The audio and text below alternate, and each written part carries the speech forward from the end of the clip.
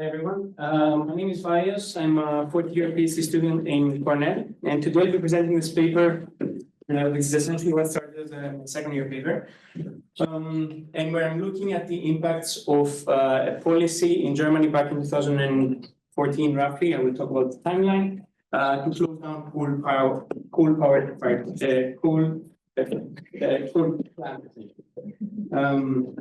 And I look at the impacts on local labor markets.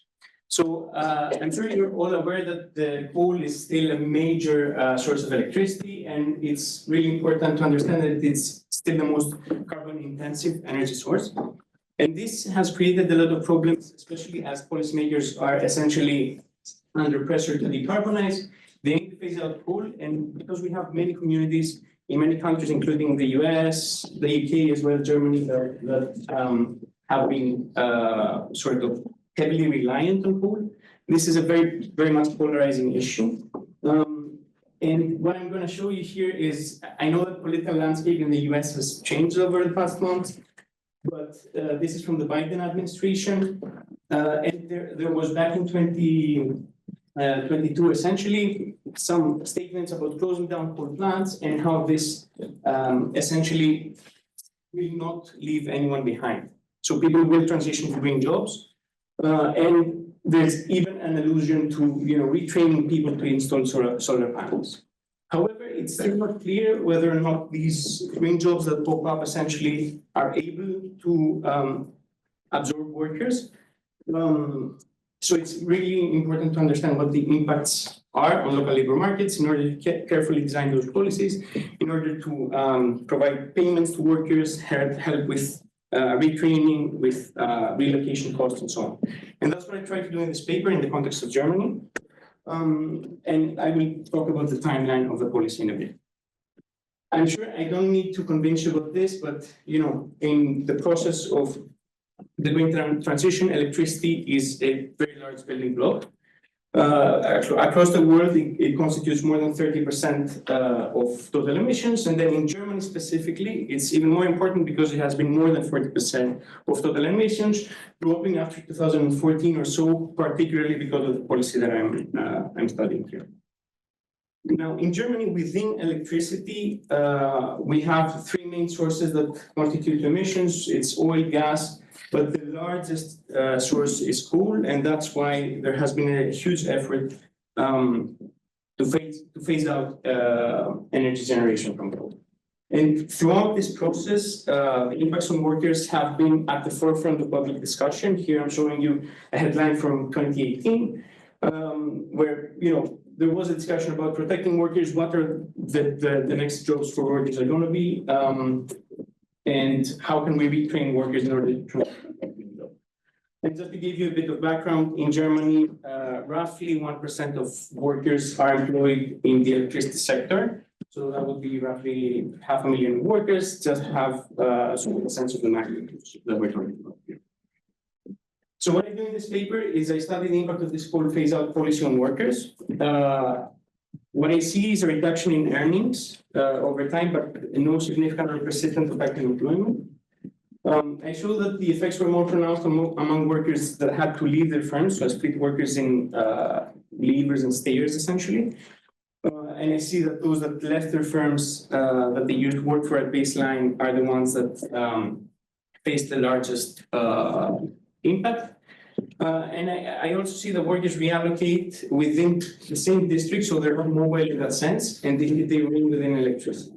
And in the end, I tried, this is still work in progress, so any feedback is really appreciated, to look at the occupational trajectories of workers, see where they move to, and what is the role of sort of the ramp up of renewable generation in that process. So do they move to greener firms, essentially, and I'm still trying to understand whether or not there's a skill or a task mismatch there.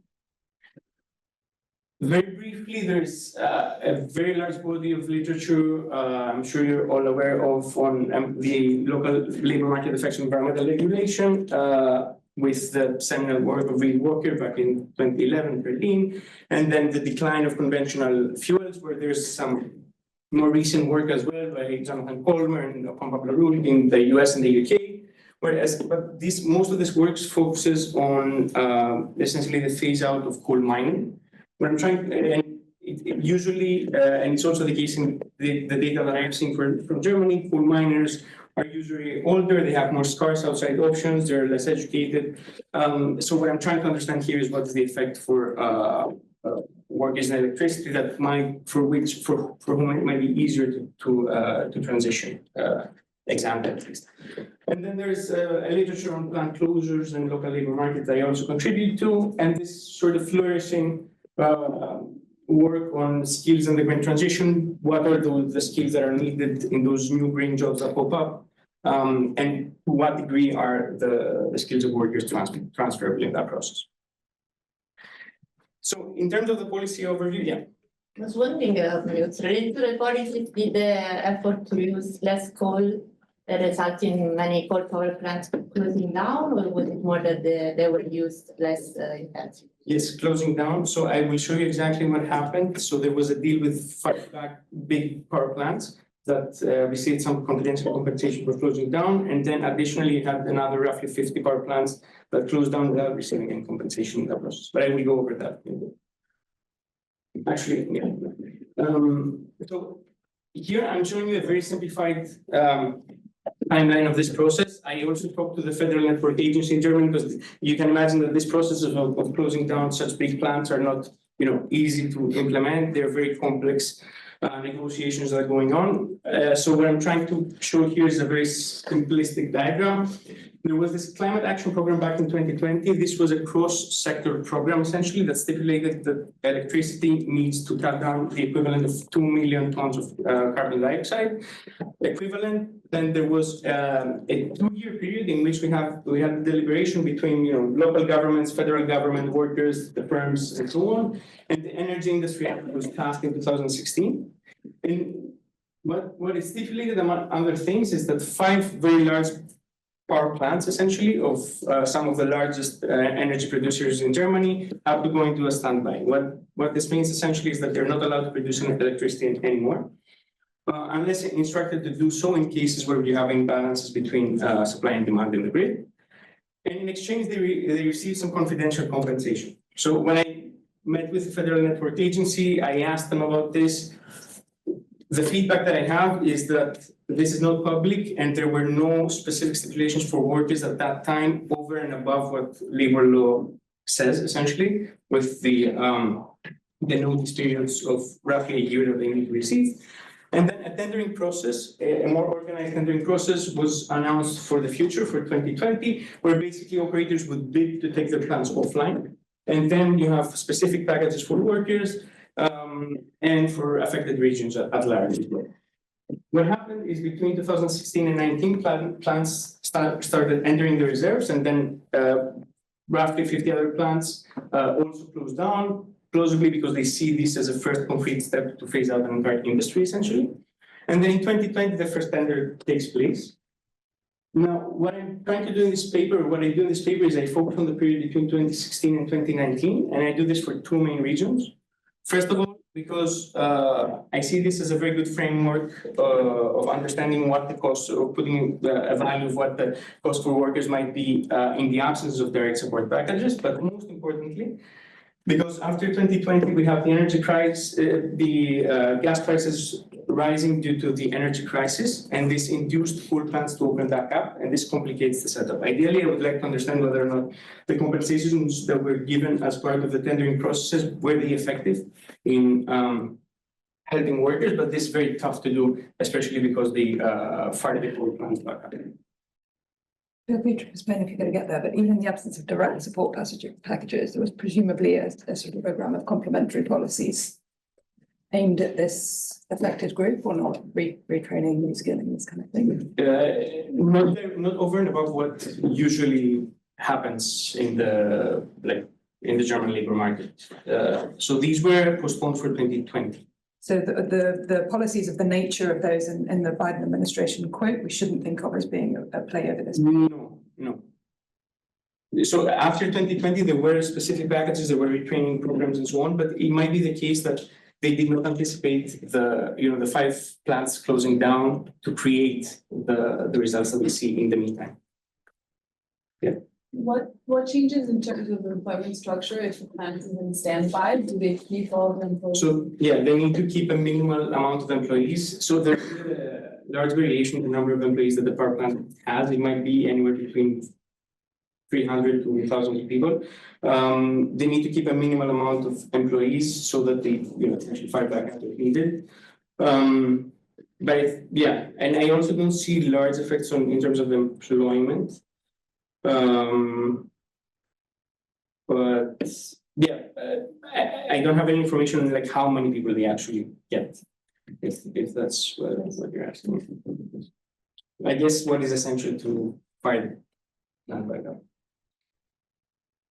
And then the last piece of descriptive I want to show you is what happened over time.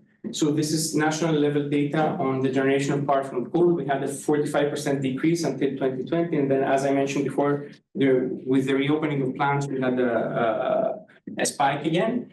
And then I'm using plant level data, which is only available back to 2015, to show you that part of the reduction comes from those 5 plants that went into the reserve. And that accounts for roughly 35% of the reduction, of the overall reduction. But the rest of it, the largest part, comes from other plants that closed down without receiving any compensation, and that was also my motivation when I was initially looking at this project, is how the workers whose firms did not receive any compensation at all were affected this. So in terms of data and empirical strategy, I want to show you 3 things: the data sources that I'm using, then the spatial sort of distribution of the plants, and the districts that I'm focusing on, and then the baseline equation that I'm estimating. I'm using 5 sources of data. First one is the plant level generation capacity, which I already showed you before. I have the confidential establishment data, so we can follow establishments over time, essentially, look at the employment for different bins of employee types and the average wages. Through the Institute for Employment Research, and then confidential employer-employee match data, where basically I can follow workers over time, see where they work, in which economic activities, in which locations, where they reside, where they work, what is their occupation, what are their earnings, days in employment, and follow them over time, essentially. And then I have the plant status and closure date. So when did plants close down? And that I'm using in the mechanisms part to understand the transition. So I'm in the first part, I will be using the announcement of the policy in 2014 and differences. And then in the next part, I am trying to normalize the time around the closures of the plants to understand where people transition. And in the end, I'm also using some renewable installation data to understand what happened during that time with renewable installations. Did they pick up disproportionately in those areas or not? So this is a map of Germany. Germany has 401 administrative districts. I am focusing on the ones where essentially we have either an operational or a retired coal plant or a coal mine, essentially. Just for scope, these districts that I'm focusing on, which are 176 districts, contain 5.5 out of the 40 million employees in Germany. We're looking at 232 generators, out of which roughly 50 closed down by the end of the period of interest. And what I want to mention here before going to the estimating equation is how I define treatment. As I mentioned before, I can follow workers over time, so I can see where they worked at baseline. So what I do is in the baseline specification, I'm dropping workers that resided outside of those regions at baseline. And I'm looking at whether or not they worked in electricity, electric power generation, transmission, and distribution, or lignite and coal mining, because I presume that the effects are going to be, there are going to be effects along the supply chain of coal, and I compare them to workers in other economic activities. In the baseline specification, I have other specifications where I'm using matching, or I'm meeting from the control group workers in economic activities that are very closely related to electricity generation. But what is important is that I have no information within electricity whether or not the economic activities are clean or dirty. So I cannot observe whether or not they actually work in coal or not. And this is something to consider. I can only see whether or not they work in electric power generation. And with that in mind, estimate the first equation, which is essentially dynamic difference in differences. Where I have the outcome of interest, I will show you the average daily wages. Here, I also have total labor earnings, days in employment. And I regress that on an indicator for working in a treated industry or not, with the permutations of the specification that I just mentioned. I control for baseline GDP in each of those districts and baseline coal capacity. And I compare workers within states, controlling for state by time fixed effects, and I have individual fixed effects, so I can get the variation within individuals. I'm clustering the errors on the district level, so one of those roughly 200 districts that I have. Assumptions are pretty standard, so we have essentially no anticipation on the part of the workers before the first discussion started, so I'm using 2014 as the baseline. And then there are no other correlated shocks at the time that correlate both with the treatment status and the outcomes of interest. One thing is that, and I've got this question before, that there was an introduction of a minimum wage in Germany in 2014. I'm not going to present it today, but I have some robustness to check that people that were sort of under the cutoff of the minimum wage that was introduced still sort of face the same effects. And with that, I move to the first set of results, which is the overall results. Here, what I'm showing you is the reduction average daily wages. I have this separately for total labor earnings and days in employment. I'm showing you here the normalized sort of earnings per day worked. We can see that from a baseline of 108 euros per days for all workers, there was a reduction of up to 5% by 2018. And I do this separately for, I'm showing you separately for all workers and for workers that remained employed. And you can see that the workers that remain employed essentially faced a smaller reduction and recovered by 2019, but the largest effect that they saw was a bit more than 2%. And what I do here is, this brings the next natural question is like who was affected the most, because what I will try to understand eventually is, how do these reduction in earnings come about? Why do they come about? So what I do is, as I mentioned in the beginning, split that into stayers and leavers. So workers that stayed with the same firms throughout and workers that separated from the firm that they used to work for at baseline at any point in time. And I'm showing you here that essentially stayers faced a more modest reduction. Workers that stayed with the same firm, those are naturally only workers that only remain employed, that actually stayed with the same firm. But workers who left their firms, they faced largest reduction of up to roughly 3 to 4% for the ones that remained switched firms but still remained employed. But up to 7% for those who, when we consider all workers, both those that separated from the firm and went to a different firm, and those that went to unemployment and then probably back to employment. It could be some interest to separate those that stay within the electricity sector and those that leave, so that your experience is still valued in the same sector. Yes. I have checked that. I don't have it here, but that's very good. Yes. One thing that is kind of related that I do is look at the effects along the supply chain. So I essentially split that more upstream activities like mining, essentially, and then electricity generation. I see that workers in mining were more disproportionately affected with effects of up to 11%. But I can also check the ones that.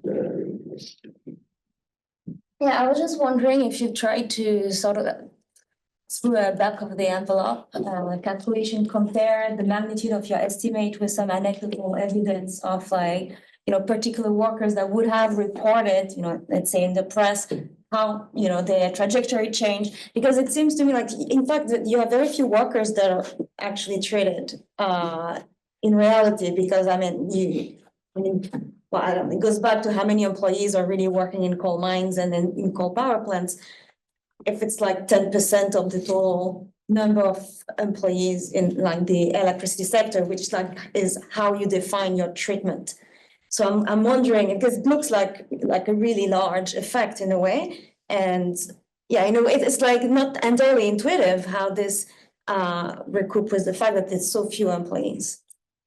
Or maybe I have the wrong, Well, that's a very good point. I don't, I think the number of people or the share of people that work in coal out of the total people that work in electricity is much higher than 10%. So yeah, that I need to check to find some sort of anecdotal evidence to benchmark that. The other thing is for mining specifically, I think this is in line, this is even smaller than some of the values that are found in the literature, for example, in the UK. In this paper by POID, they find way larger reductions in earnings, I believe. So that is probably in line, but in terms of electricity, where actually I have the problem of not knowing whether or not people are actually in coal or not. I can probably check that. Have you tried looking at heterogeneity by what capacity is installed in the state? So like, could you look at state or like districts which are Yes, most of the capacity is coal and districts where most of the other stuff? I can do I guess you'd expect in the non-coal states wages would go up, because now the electricity will have to come from the gas plants. yes. So in the ones that have zero capacity. Well, in the states that still have an electricity sector, people are working in it. Yes, but zero coal capacity. Zero coal or Yes. less coal, like a Buckland. Yes, I was mainly thinking of, yes. Would you expect the wages to go up in electricity? That depends. I was mostly thinking of that as maybe a placebo exercise. But to the degree that there are spillovers, I'm not sure whether people are moving to those places. Well, not necessarily moving, but if the coal is shutting down, but we still need electricity, then maybe Yes. wages for people who work in gas or Yes, maybe they go up. yes. So that's a good point. And one point about that is that there was an increase in renewable capacity installation in those places where we had closed down coal plants. So it's not like there's a substitution that I'm gonna start getting electricity from those places further away. It's just creating new capacity in those places where we closed down. But I can look at that.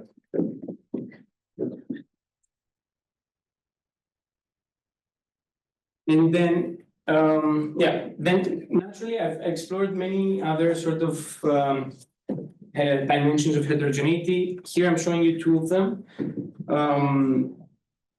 One of them is by baseline skill level distribution. The other one is by tenure in the firm.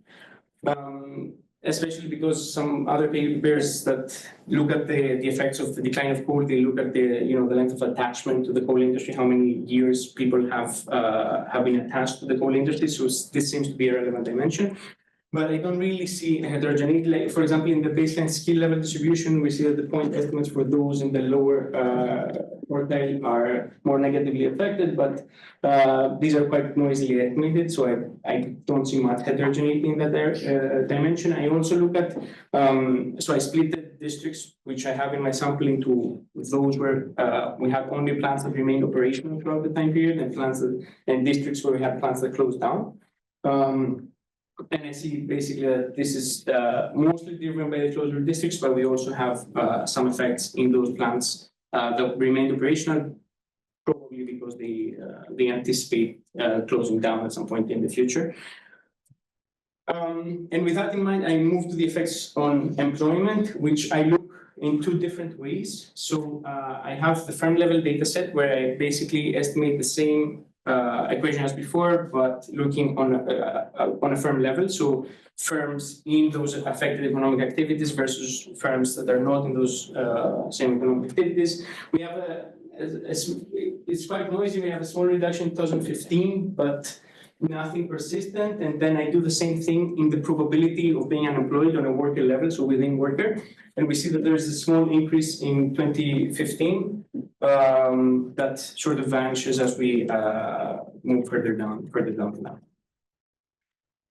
Is there anything you can learn from the heterogeneity by worker characteristics about payment schedule? Sorry, how these severance payments were given out? Like any media anecdotal evidence, how they negotiated severance payments, and can you see it from the data? Like I presume you have some breakdown of salaries and other remuneration. In the data, you mean? Yeah. In the data, I don't have that breakdown, unfortunately. And also most of the severance payments were given after 2020, so after the period that we're discussing. But that's a good point in terms of the negotiations that were going on, because I guess this also affects the type of anticipation that you have. Because if there are good negotiations going on, then maybe you're more positive over your prospects and it's factored in. Yeah, that's good. Yeah, sounds good. So what I've been trying to do, and this is the part that is still in progress, I'm trying to understand, to rationalize the reductions in earnings and the lack of an effect on employment or persistent effect on employment that I see. So I have several sort of mechanisms that could be going on, and here I'm going to show you three very simplistic ones. One of them is workers that move out of the sector. An example, a coal truck driver is now going to work for a warehouse, be a delivery driver for a warehouse. So they would transition outside of the sector. Another case could be within sector downward movement, essentially, where we have an example is a control room technician now has to do facilities maintenance, or they have to dismantle the plant or something like that. And that could entail a lower skill level requirement of the job and a drop in earnings. And then within sector lateral movements, particularly important here from those core jobs to move to greener jobs. And you can think that along those transitions, we can along all of them, we can have some sort of skill mismatches or task mismatches, because skill will be measured by sort of education levels, but task mismatches that lead to those reductions in earnings. So what I do, as I mentioned before, is I'm normalizing time around zero at the closure of each plant and estimate transition probabilities of workers to see where they move, both spatially and in terms of economic activities, to understand what might be going on. So I used T-2 as the baseline, informed by this paper that sort of documents the lead effects that in Germany, due to the institutional context, workers anticipate the closure of a plant at least a year in advance. So I'm using T-2 as the baseline, and a robust estimator to essentially avoid comparisons with already treated units, because we have plants closing down at different points in time. And what I do is I only keep the districts that essentially had the coal plant that closed down at any point, and I compare the treated workers, those in electricity mining, to the never treated. And what I'm showing you here is the transition probabilities, where essentially we have workers transitioning different district, different industry, same district, different industry. So along all those dimensions, because I'm trying to understand whether or not workers are mobile or they move because as a result of the closure of the plant. Or whether or not they switch economic activity. And what I see is in the second year after the plant closure, we see workers transitioning within the same district and remaining within electricity. It might be a bit counterintuitive that we see the sort of the jump in year two. Just to explain this, how this works is in the data, I see them, I observe them in the new firm in the second year. However, if I go back to the reason for the term, so what happened essentially, there's a short description of what happened. In the first year after, I can see termination of employment. Unfortunately, I cannot see if that was voluntary or not. That would be very interesting, but I don't have that information. But we see essentially that the transition, we observe in a different firm within the same industry and the same district with roughly 10% probability, 10% point increase in the probability in the second year after the plant closure. And what I'm trying to do is provide some suggested evidence on the occupational trajectory. So I split them in the stayers and the leavers, and I see that for the stayers that there is a larger probability. I'm not causally interpreting these estimates. I'm just trying to understand what might be going on. There is an increase in the probability of switching occupation and downgrading for the ones that stay in the same firm. That would be the second example that I showed you before. And then for leavers, we see a much smaller increase of roughly 0.5 percentage points in the probability of moving to a greener firm. And this is mostly driven from workers within electricity. Greener firm is essentially measured by a variable in the occupational panel of Germany, where basically they use the equivalent of ONET in the US to estimate the mix of greenness of jobs in a firm, but I don't have much time to go into it. And at the same time, we saw a disproportionate increase in the renewables and transitional fuel installations in those areas where we have closures of power plants, a 15% increase, compared to only 5% increase in non-coal regions. So what I'm trying to do is understand whether or not, at least partially, workers that left their firms were absorbed by a ramp up in renewable installation. So key takeaways, what I see in this paper is that the phase out of third-party power generation entails transitional costs for workers. Within the German context, there seems to be no persistent effect on employment and could potentially partially be mitigated, this potential effect on employment, by those emerging green jobs. What I'm trying to do is look whether or not there is a task mismatch. This is something I'm currently doing, looking at the task requirements of the occupations they had before moving and after moving to further rationalize what might be going on. And in the end, I just wanted to close with one more thing in light of the Environmental Populism Conference. We also looked at sort of political outcomes.